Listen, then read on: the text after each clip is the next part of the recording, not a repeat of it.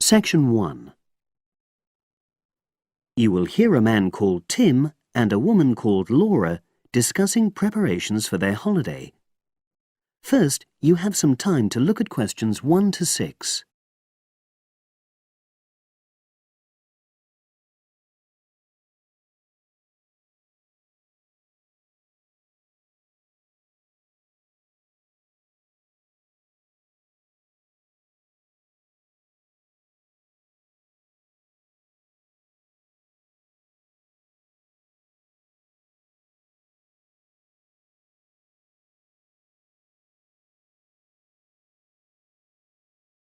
You will see that there is an example which has been done for you.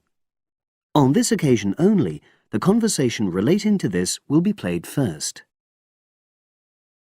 Our plane tickets arrived this morning. It reminded me how much there is to do before we go. Let's write everything down, shall we, so we don't forget anything? Yes. And last time we went away, we almost forgot to collect our currency from the bank. So let's start with that. Laura says that they should collect their currency, so currency has been written in the space. Now we shall begin. You should answer the questions as you listen, because you will not hear the recording a second time. Listen carefully and answer questions 1 to 6. Our plane tickets arrived this morning. It reminded me how much there is to do before we go. Let's write everything down, shall we, so we don't forget anything? Yes.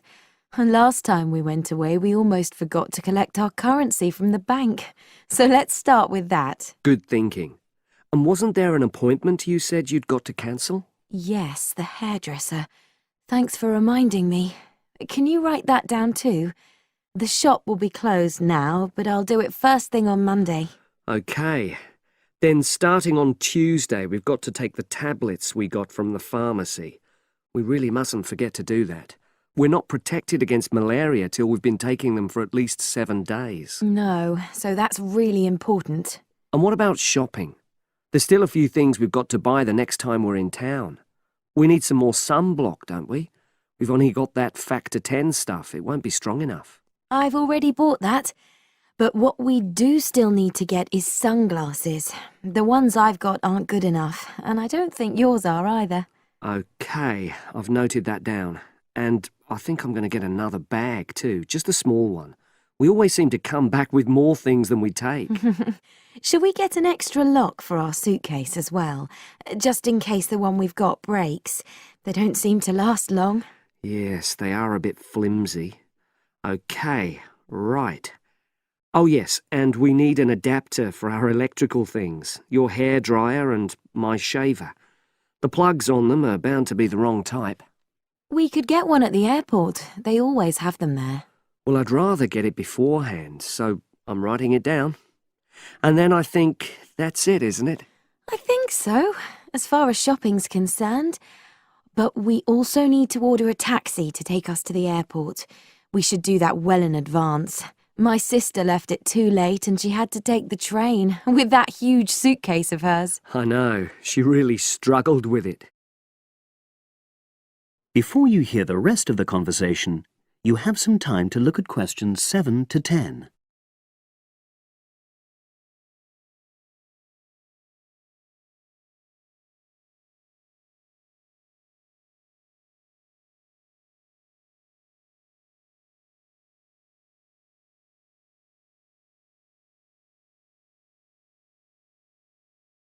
Now listen and answer questions 7 to 10. Now let's see. Your mother said she'd come in regularly while we're away, so what do we want her to do? I'll write some instructions and we can give them to her tomorrow. Good idea. Well, the cat's the main thing. OK. Feed the cat. We ought to leave her the vet's details as well, just in case there's a problem. Yes. Have you got them handy? Hang on, I'm just looking. Yes, his name's Colin Jeffrey. Is that spelt with a G? Actually, it's Jeffrey. Quite an unusual spelling, isn't it? And his number?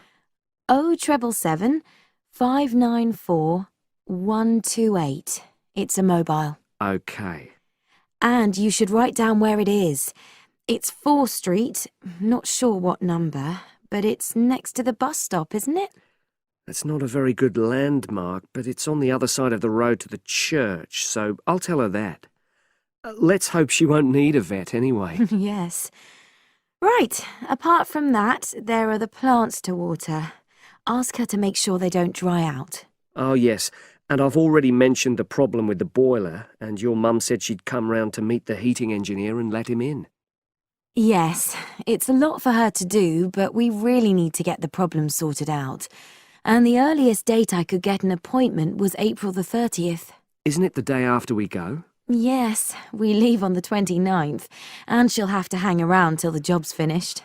Oh, well, she won't mind, I'm sure. She likes helping people out. Yes, she does. Okay. That's it then, I think. Unless you can think of anything else. Not at the moment. Leave the list there and I'll add to it. That is the end of section 1. You now have half a minute to check your answers.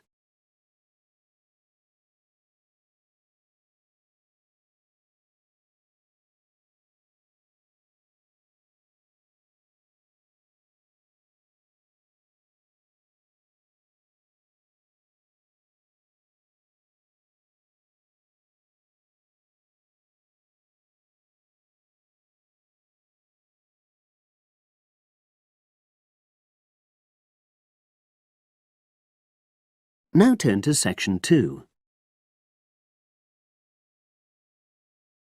Section 2. You will hear a talk on local radio about a short film festival in the town of Adbourne. Now you have some time to look at questions 11 to 16.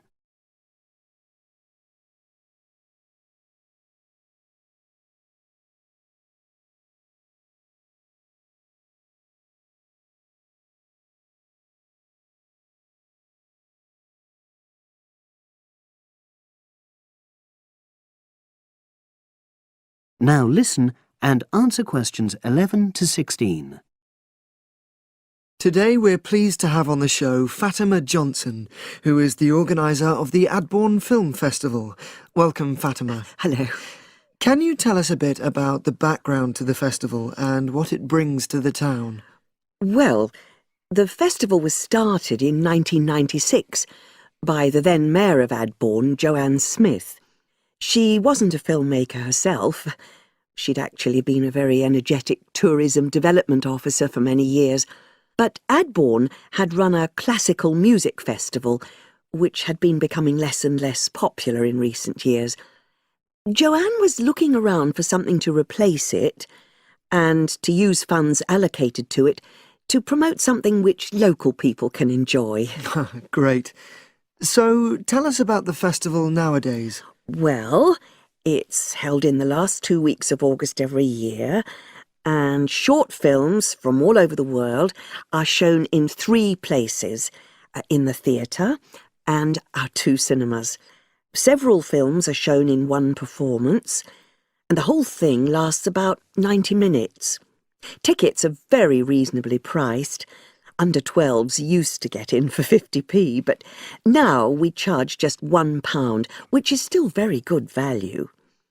£1.50 for students and £2.50 for everyone else. Performances are advertised all round town and also on our website, www.adbournefest.com. If you're interested in attending any performance, you can buy tickets online, of course. And you can also get them in the library, which is right next to the main shopping area. I'm afraid this year tickets are no longer available from either of the 2 cinemas because of restricted opening times. I understand you also run a film competition? Yes, for under 18s. We have a different theme every year. Last year, for example, the theme was Future Planet, and the winner was a 10-minute documentary encouraging youngsters to be more aware of environmental issues, focusing on getting school kids to cycle to school instead of going by car. This year, the theme is Sporting Nation, so there'll also be lots of ideas to choose from. Now, we're always on the lookout for new local talent, so if you live in the Adbourne area and are under 18, you should have a go. We have an excellent prize every year donated by local businesses, shops, hotels, etc. This year, you can win a high-spec movie camera worth over £800. Application forms are on the website, and the deadline for sending in your film to enter the competition is the last day of July. It's May now, so you'll have the whole of June to be working on it. Now you have some time to look at questions 17 to 20.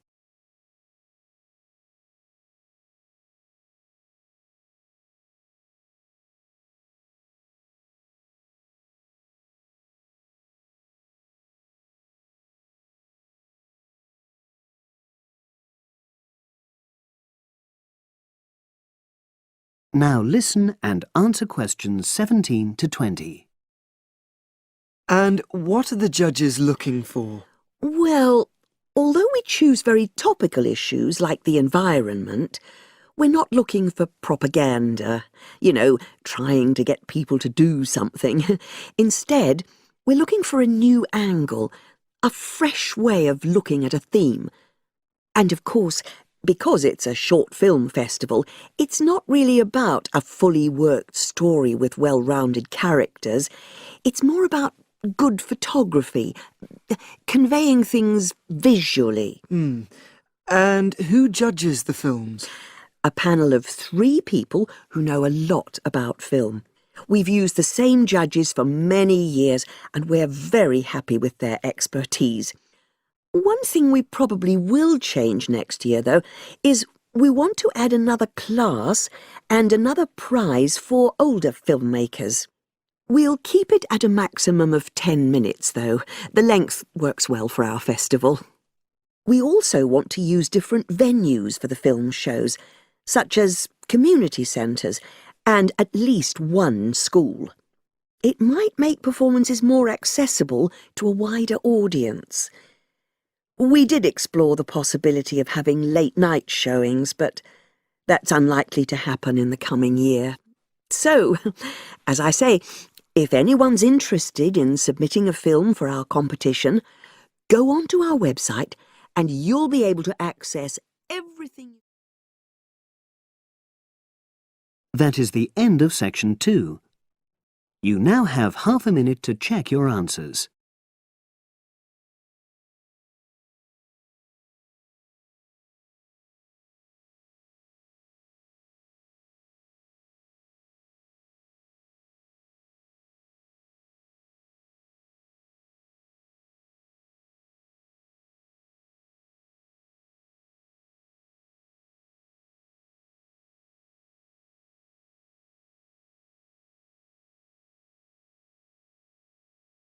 Now turn to section 3.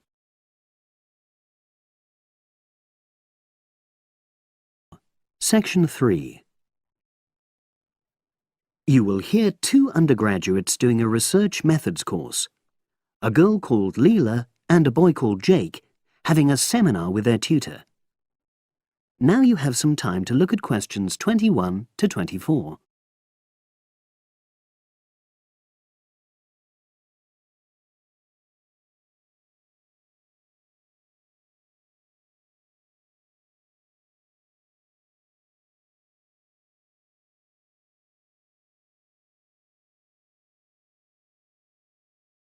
Now listen and answer questions 21 to 24.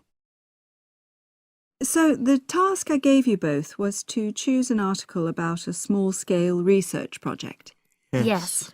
You were then required to try to reproduce the research procedures in your own context, i.e. try it out for yourselves. Yeah, and that's what we've done.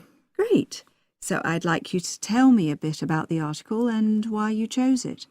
Well, the article's written by 2 university lecturers who had started using crosswords to help their students revise terminology for exams. And the crosswords were designed and set on computers. And we selected the article because, well, it seemed an accessible topic, even though we weren't familiar with the technique. You know, using IT to design crosswords for higher education. That's a good reason. So these lecturers wanted to see how well this innovation was received by their students. Yes. So how did you go about reproducing the research? Well, we drew up a list of terms from one of our own modules and designed a crossword for revising these terms. Then we asked our classmates to try out the crossword and give us feedback, their opinions on how they felt about using the technique. Was it easy to find participants? It wasn't easy at first, but then we convinced them that by taking part in the research, they were actually benefiting themselves by preparing for an exam which is coming up later this term. And it worked. Good. So how did you find out what the students thought about doing the crosswords? A questionnaire. The original article used a 2-page long questionnaire. There were lots of excellent questions on it, but the whole section on difficulties using IT is now obsolete. Old-fashioned even though it had only been written a couple of years ago. So you designed a shorter version? Yeah. Then we sent it to the 40 students by email and got 28 replies. I was taken aback by the fact that everybody we talked to thought this was a good return. I mean, the responses were well written. People had taken a lot of care, but I was really disappointed with the low numbers. Yes, an important lesson to learn for an apprentice researcher. Yeah. Now you have some time to look at questions 25 to 30.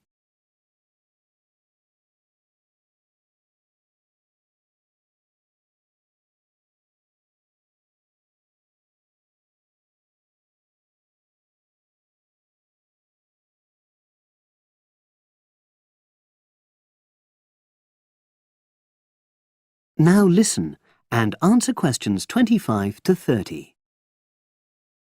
So what results did you get? Well, basically, the responses were extremely positive. The students said that doing the crossword on a computer helped them really focus on the work in hand and not be distracted, which is something that commonly happens with other ways of doing revision. Yeah, that was really clear. But something that struck me was that having fun hardly featured in their responses, nor did anything to do with spelling of hard words, which I thought would be an obvious benefit. No? Okay. Respondents also said that doing the crossword hadn't really increased their general motivation to study, but that it had highlighted the gaps in their memory so they knew what further work was necessary. Right. So how did your findings tally with those of the original researchers? There were lots of similarities, but... There were probably two main differences. We found that more males than females liked the technique, whereas the original study found the reverse. Also, our respondents said they wouldn't mind doing a crossword as a final official exam, whereas in the original study, students said they would hate doing it even if it meant having a shorter test. But of course, both sets of respondents said they'd be interested in doing more crosswords for informal purposes, revision, and so forth. Right. So let's have a think about the whole project and what you've learned from doing it. Well, it was very time-consuming. Yeah, and I don't think we managed that aspect very well. It could have been worse. I mean, we didn't have a lot of data, so we didn't have to spend ages processing it. And of course, we'd already done a course on numerical data processing, so there wasn't much new there. Yeah, that's true. Anyway, I think we designed our questions well so that they gave us manageable data. Yeah, it really helped having the original study to guide us, as it were. And that helped us to see what a good research instrument is. What a good questionnaire should be like. Absolutely. We got a lot from that. But when we were writing up the project, I'm not sure whether we'll know how to acknowledge the work of the original study. Our referencing. No, that's something we'll both have to work on in the future. Actually, that part's been great. Finding ways to share and support another person. That's the real plus from the project, learning ways to do that. Well, it's obviously been very successful. That is the end of section 3. You now have half a minute to check your answers.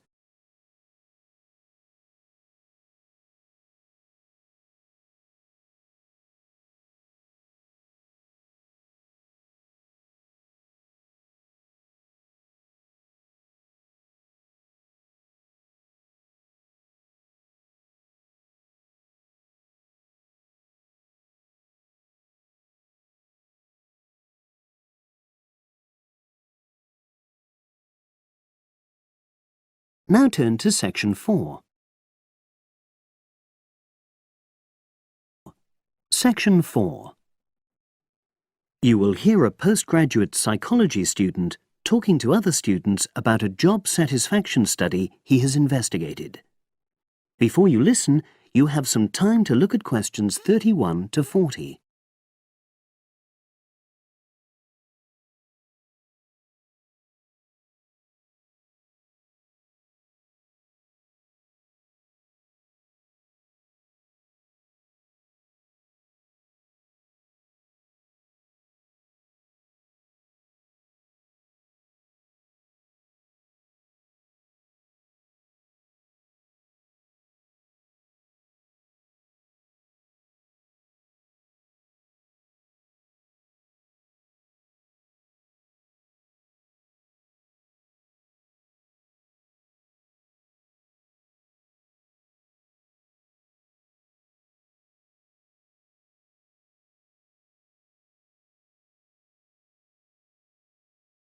Now listen and answer questions 31 to 40.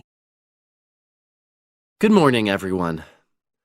For my presentation today, I'm going to report on an assignment that I did recently. My brief was to analyze the methods used in a small study about job satisfaction, and then to make recommendations for future studies of a similar kind. The study that I looked at had investigated the relationship between differences in gender and differences in working hours and levels of job satisfaction amongst workers. For this purpose, employees at a call center had been asked to complete a questionnaire about their work. I'll summarize the findings of that study briefly now. First of all, female full-time workers reported slightly higher levels of job satisfaction than male full-time workers. Secondly, female part-time workers reported slightly higher levels of satisfaction than female full-time ones did. On the other hand, male part-time workers experienced slightly less job satisfaction than male full-time workers. But although these results seemed interesting and capable of being explained, perhaps the most important thing to mention here is that in statistical terms, they were inconclusive. Personally, I was surprised that the findings hadn't been more definite, because I would have expected to find that men and women, as well as full and part-time workers, would experience different levels of satisfaction. So I then looked more carefully at the methodology employed by the researchers to see where there may have been problems. This is what I found. First of all, the size of the sample was probably too small. The overall total of workers who took part in the survey was 223, which sounds quite a lot, but they had to be divided up into subgroups. Also, the numbers in the different subgroups were unequal. For example, there were 154 workers in the full-time group, but only 69 in the part-time group. And amongst this part-time group, only 10 were male, compared to 59 who were female. Secondly, although quite a large number of people had been asked to take part in the survey, the response was disappointingly low. A lot of them just ignored the invitation.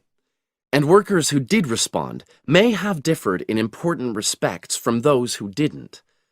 Thirdly, as the questionnaires had been posted to the call center for distribution, the researchers had had very limited control over the conditions in which participants completed them. For instance, their responses to questions may have been influenced by the views of their colleagues. All these problems may have biased the results.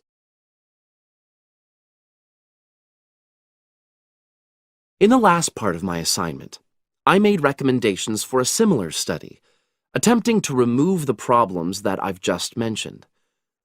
Firstly, a much larger sample should be targeted, and care should be taken to ensure that equal numbers of both genders and both full and part-time workers are surveyed. Secondly, The researchers should ensure that they are present to administer the questionnaires to the workers themselves. And should they require the workers to complete the questionnaire under supervised conditions so that the possibility of influence from other colleagues is eliminated. Finally, as workers may be unwilling to provide details of their job satisfaction when they are on work premises, it's important that the researchers reassure them that their responses will remain confidential, and also that they have the right to withdraw from the study at any time if they want to. By taking measures like these, the reliability of the responses to the questionnaires is likely to be increased, and any comparisons that are made are likely to be more valid. So, that was a summary of my assignment. Does anyone have any questions? That is the end of section 4. You now have half a minute to check your answers.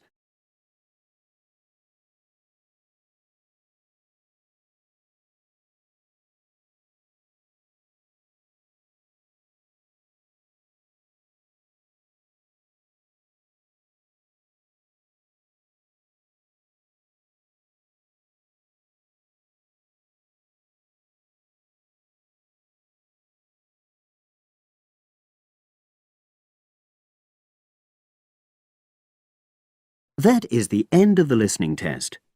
You now have 10 minutes to transfer your answers to the separate answer sheet.